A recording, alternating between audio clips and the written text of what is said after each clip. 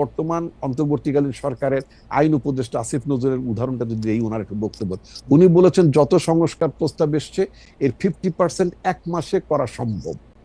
তাহলে আমার বক্তব্য যদি 50% যদি এক মাসেই সম্ভব হয়, আমি ওনার কথাকে কোট করে বলতে চাই, যদি এক মাসে যদি অর্ধেক সংস্কার যদি আপনার করা সম্ভব হয়, বাকি অর্ধেক করার জন্য আরো 2 মাস 3 মাসই। ওকে রিপন ভাই, আমরা একটু আশরাফের কাছে যাই। শুধু আমি আমার কথাটা বলে রাখি। না আপনি শেষ করবেন? জি শেষ করেন। জি খালিদ আমাকে আরেকটু কথা বলবেন। আমি শুধু মানে আশরাফ কায়সার নির্বাচনে বিরোধিতা করেননি বা আপনিও করেননি।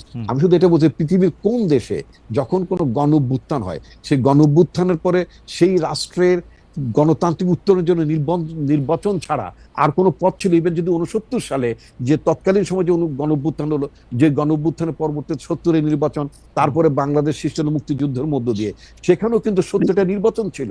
শ্রীলঙ্কায় যে আপনার ওখানকার যে শাসক পালিয়ে গেল রাজা পাকসে, সেখানেও কিন্তু গণতন্ত্র উত্তরণের জন্য নির্বাচন।